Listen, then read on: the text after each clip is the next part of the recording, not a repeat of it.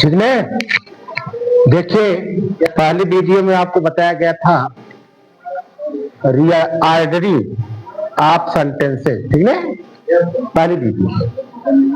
आज आपको बताएंगे पार्ट ऑफ सब्जेक्ट।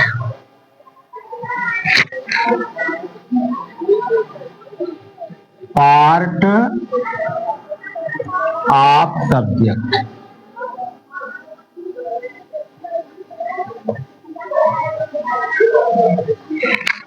कर्ता के भाग, इसको क्या कहेंगे? कर्ता के भाग माने पार्ट होता है, ठीक है। कर्ता के भाग माने कर्ता कितने भाग हैं, तो इसमें टेबल द्वारा दिखाया गया है। क्या नाम है? क्वालिफायर होता है। ऐसे देखिए, एक आता है इसमें क्वालिफायर,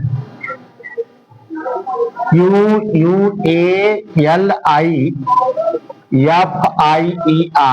क्वालिफायर पहला क्वालिफायर है। और दूसरा है हेड वर्ड मेन वर्ड, दूसरा है हेड वर्ड, हेड वर्ड। अभी समझाएंगे आपको मेन वर्ड, इसको कहते हैं मेन वर्ड, मेन वर्ड कहते हैं। और तीसरा इसमें इसका पार्ट है, क्वालिफायर के नीचे है इनलार्जमेंट है, enlargement, enlargement,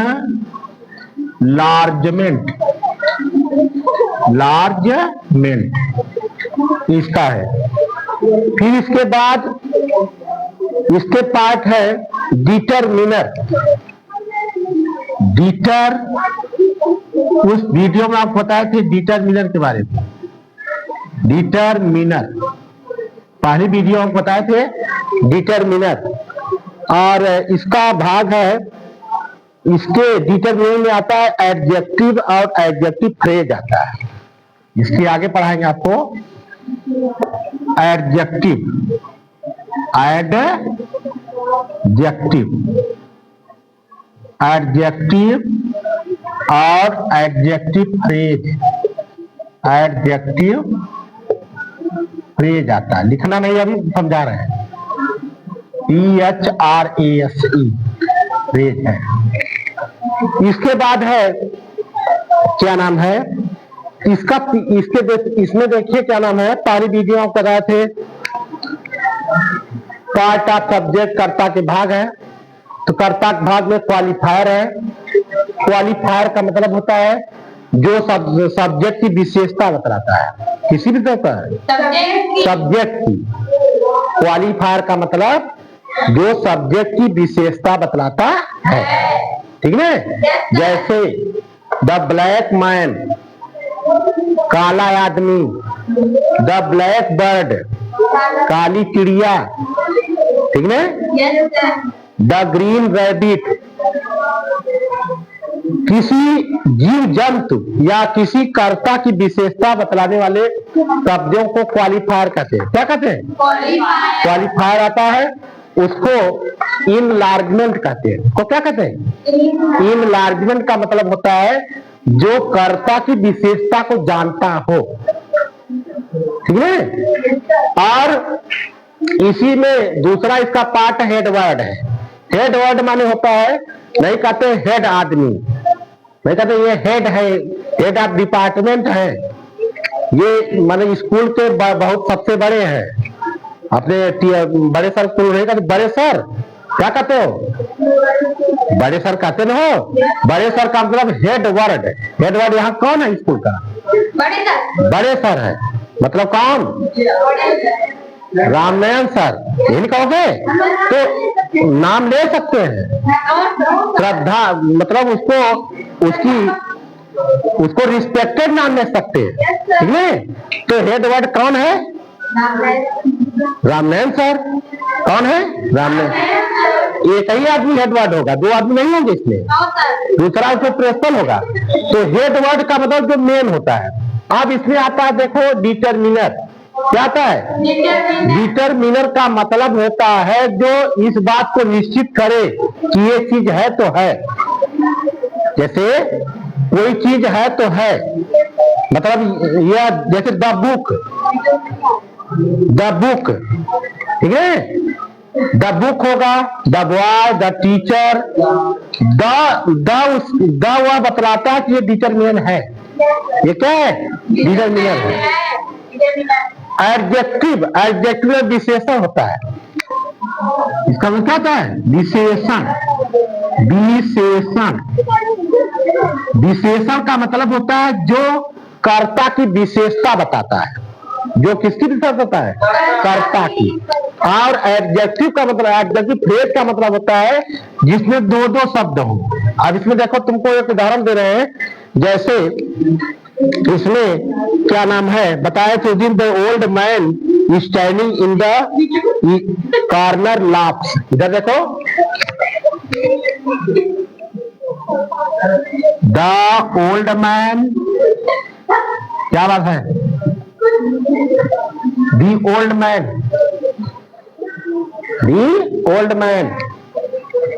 standing in the corner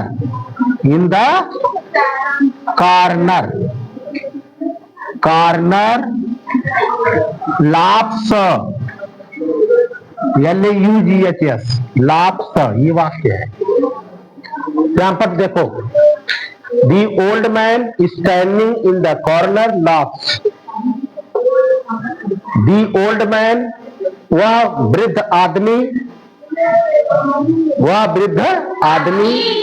standing, खड़ा है, इन द कॉर्नर, कोने में, लाफ्स, हंसता है। क्या काम हुआ? वृद्ध आदमी स्टैंडिंग इन द कॉर्नर, कोने में खड़ा है, लाफ्स, हंसता है। खड़ा भी है, हंसता भी है। तो इसमें देखो, यह जो है दी ओल्ड मैन, ये द जो है ये डिटरमिनर है। द क्या है? डिटरमिनर हो गया। द डिटरमिनर हो गया। द क्या हो गया? डिटरमिनर हो गया। नहीं समझा था? आ रहा कि द क्या है? ये डिटरमिनर। क्यों?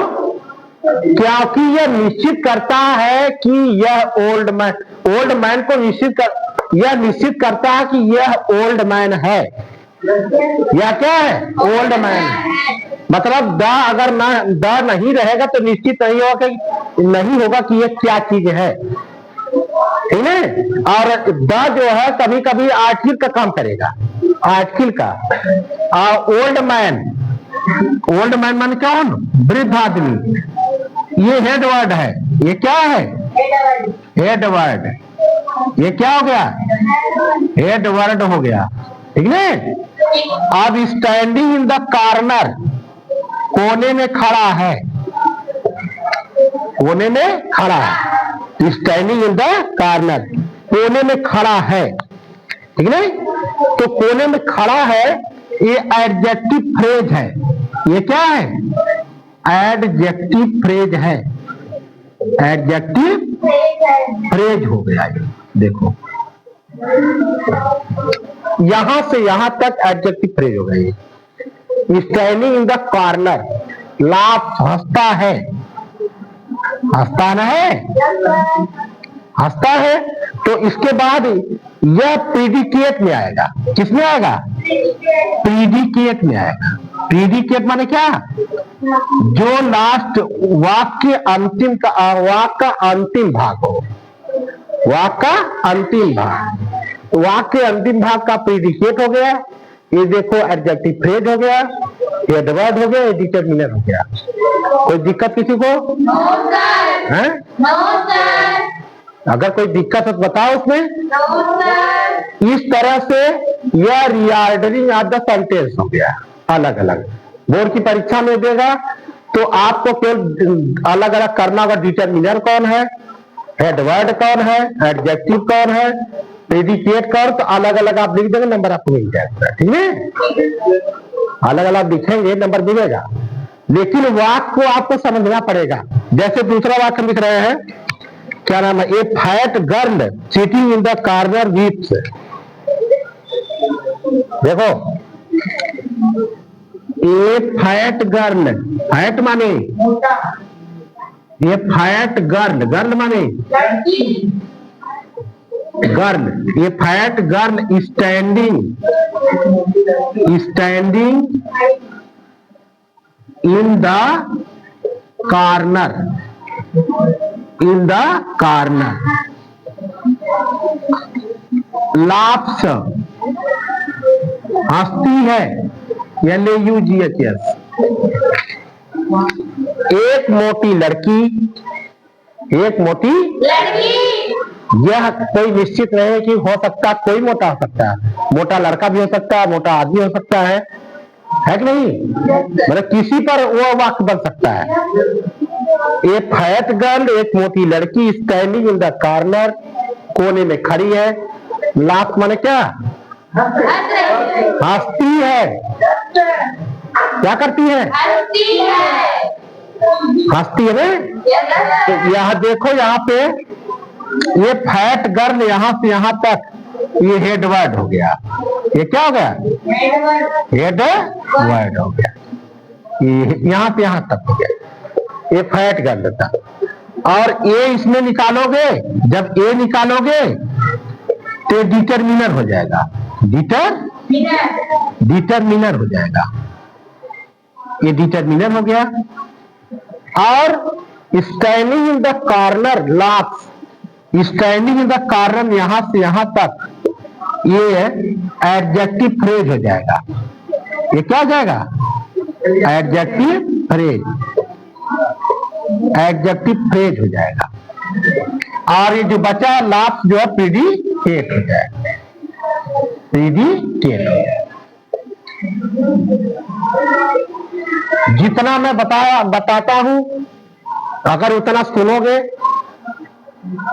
उतने के बारे में अगर कंठस्थ करोगे, मतलब याद करोगे, तो तुम्हारा डिटेल निकलता जाएगा। ग्रामर में कोई दिक्कत नहीं होगी।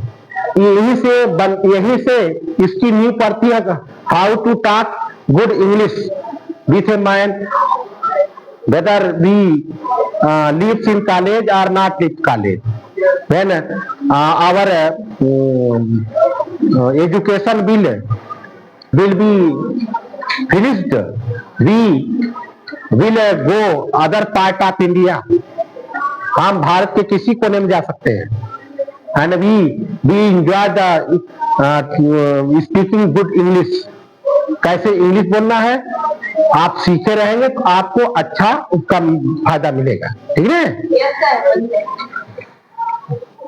तो बस कर दो,